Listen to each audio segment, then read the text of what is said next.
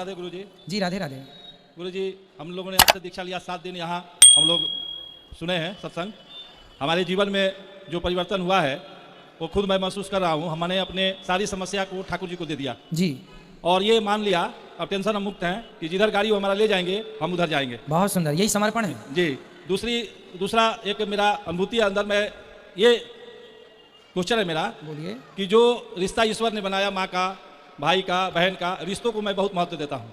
अपने 50 वर्ष की उम्र में उस रिश्तों को निभाने का पूरा प्रयास किया है मैंने, और आगे भी जब तक सांस मेरी है मैं निभाने की कोशिश में रहता हूँ। लेकिन समाज में जो वांछित लोग हैं उस रिश्तों को तोड़ने का एक कुचक्र चलते रहते हैं।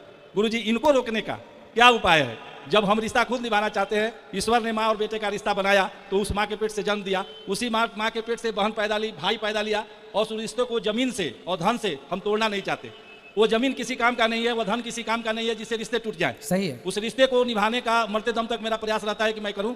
और ये कुचक्र रचने वाले लोग, क्योंकि मैं शिक्षक हूं पेशे से और शिक्षा देना मेरा बच्चों का काम है। मैं शिक्षा भी स्कूल में देता हूं कि अपने भाइयों के साथ सद्भाव से रहो, अपनी बहनों के साथ सद्भाव से रहो, और मैं खुद ऐसा आचरण न करूं। सही। तो समाज के लिए कहा जाता है शिक्षक समाज का दर्पण है। बिल्कुल बिल्कुल। और तो फिर हम कैसे ये कह सकते हैं कि जब हम खुद उसको नहीं अपना रहे हैं गुरुजी, तो मैं कैसे उसको लोगों के लिए मैं कह सकता हूँ? इनको जो समाज में वांछित लोग हैं, मैं इनको वांछित कहता हूँ, इनको रोकने का क्या उपाय है? जो कम बुद्धि वाले मेरे जो रिश्तेदार हैं, तो उनको रिश्तेदारों से भी संबंध मुझे निभाना है। कौन तोड़ना चाहता है? वे लोग जो हम लोगों के आसपास रहते हैं गुरुजी। इनको पहचान हम पाते हैं कब? जब धक्का दे देते हैं तब। हमको ऐसा कुछ उपाय बताइए कि ये जब सोचते हैं तो मैं जान जाऊं और फिर उनसे सतर्क हो जाऊं। जब धक्का खा जाता हूं तब मुझे एहसास होता है कि आता था, बैठता था, मेरा ही चाय बिस्कुट खाता था, हमको ही धक्का दे गया।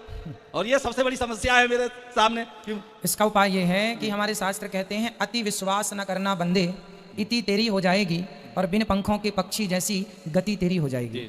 जी गुरु। अति विश्वास जीवन में कई बार हम लोग किसी पर अति विश्वास करके हम अपने मन की बात भी उससे कह देते हैं। जी जी। ठीक है, हमें लगता है ये तो हमारा है, लेकिन वो व्यक्ति हमारे मन की बात सुन करके और वो जमाने में डिंडोरा पीट देता है कि भाई साहब इनके मन में तो ये है।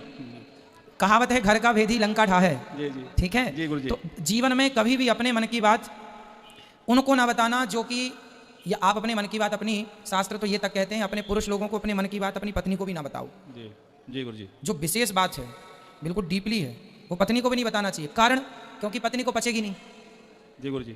वो भी किसी ना किसी को कह देगी और कहेगी तो बात मार्केट में आ जाएगी। इसलिए जी।